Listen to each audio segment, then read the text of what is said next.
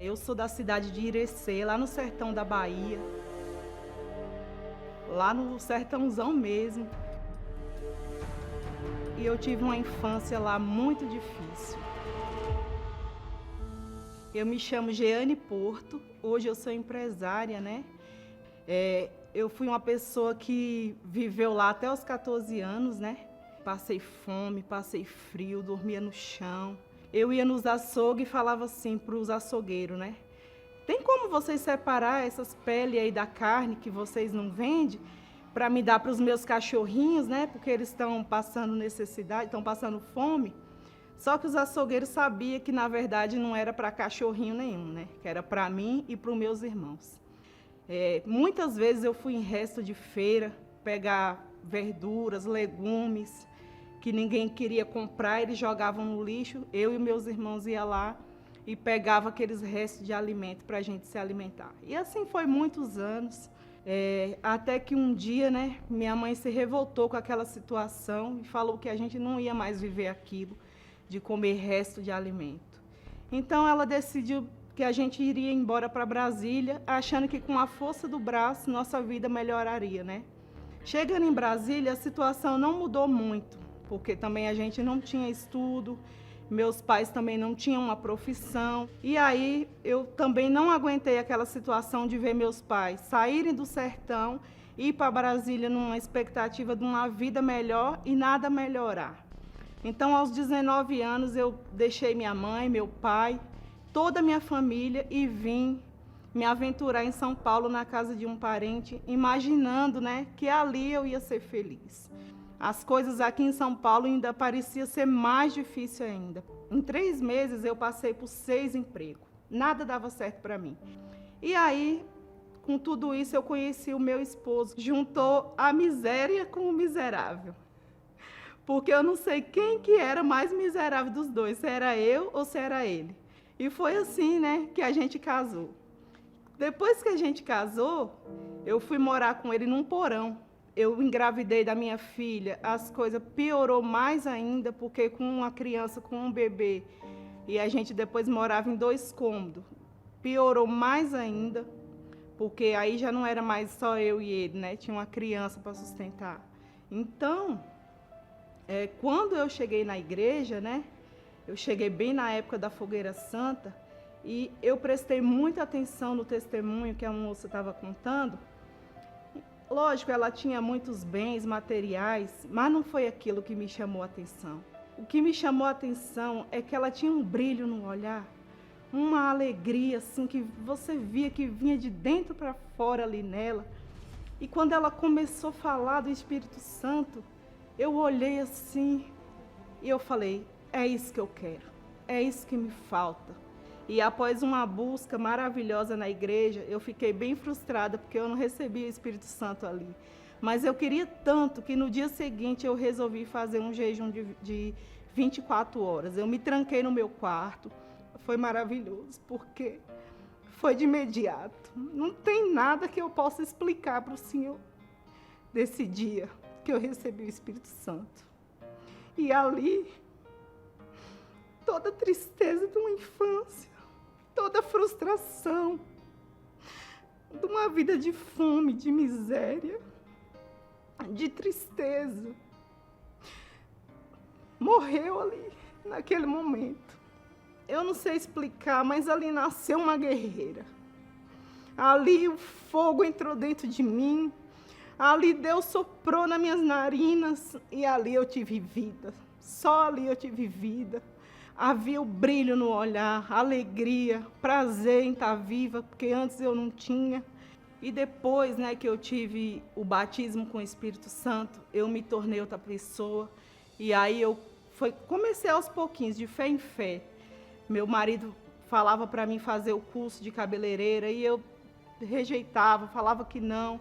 Fiquei muito tempo falando não, porque eu não me via capaz de fazer aquilo ali, né? Eu falava, não, isso não é para mim, isso não é para mim. Eu mesma me diminuía. E depois que eu tive o batismo com o Espírito Santo, nasceu aquela garra, aquela força, até que chegou uma fogueira santa que eu falei, não, agora é tudo ou nada. ou é esse Deus na nossa vida, ou é, não tinha mais outra escolha. E aí a gente foi com tudo para o altar. A gente colocou tudo de dentro de casa, fogão, geladeira, máquina de lavar, televisão. E aí eu coloquei meu cabelo no altar também, vendi, coloquei tudo no envelope. Na mesma época eu já tinha pedido, né, para o meu trabalho me mandar embora, já vinha em negociação durante muito tempo. E eu pensava, se eu colocar tudo no altar, né, ainda vou ter aquela rescisão lá e vai dar para mim começar alguma coisa nova, né?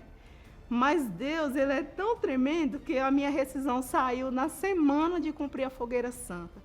E Deus, não era a igreja, ninguém falava nada comigo, mas Deus falava, coloca sua rescisão também, fica sem nada, fica na minha dependência.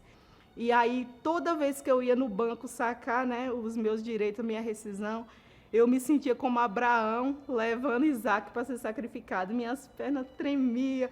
Eu falava, meu Deus, não é possível. E agora, o que é que eu vou fazer com uma criança pequena de 2 anos e sem nada? E falei, não, mas eu quero de alguma maneira chamar a atenção de Deus. A única coisa que eu queria era chamar a atenção dele, que ele me notasse. E a gente foi com as pernas tremendo, colocamos aquela sacola no altar e a gente subiu e lá eu tenho certeza que o próprio Deus estava lá esperando a gente, recebeu, nosso sacrifício foi aceito. A gente não tinha nada, não tinha onde esquentar o leite da minha filha de 2 anos. Mas a gente desceu numa alegria tão grande, a gente tinha uma certeza que aquilo ali tinha acabado.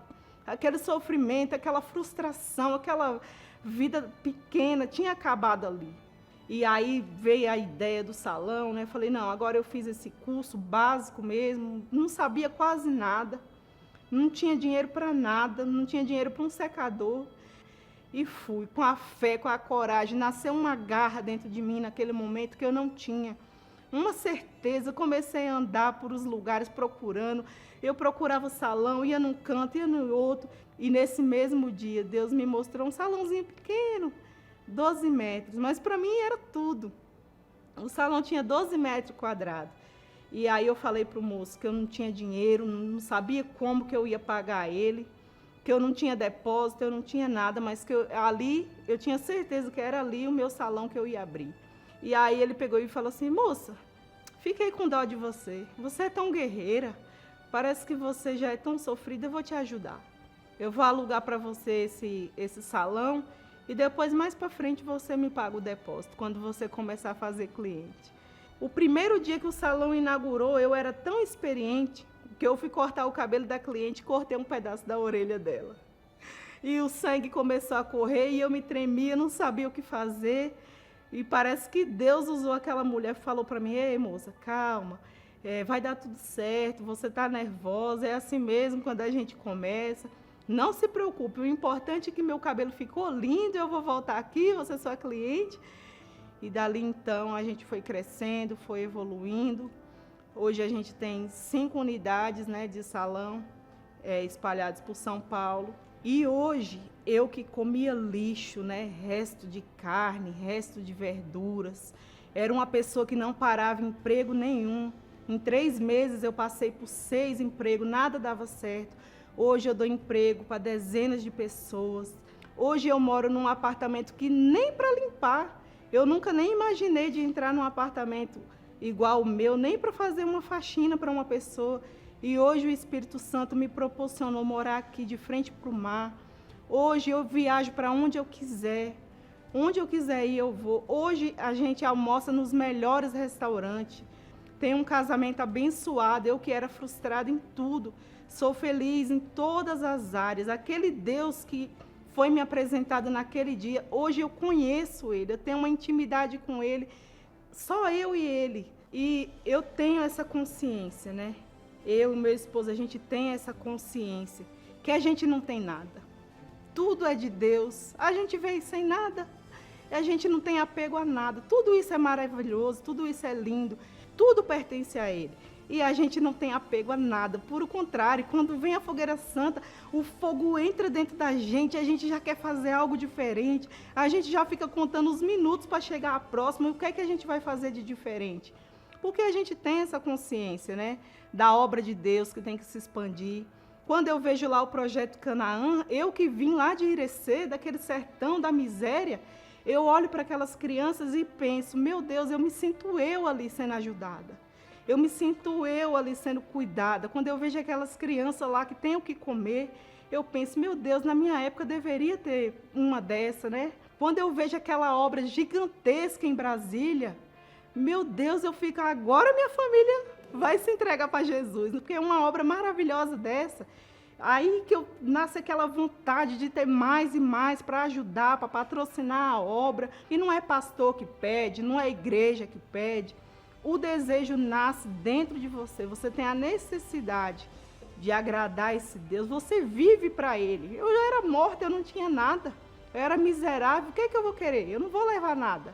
E nossa maior riqueza, nosso maior sonho é quando Jesus levar a gente contemplar a face dele e ele falar, essa é minha filha amada. Essa é minha filha amada que eu tenho prazer. Então, meu maior sonho hoje, tudo que eu faço é para esse dia chegar.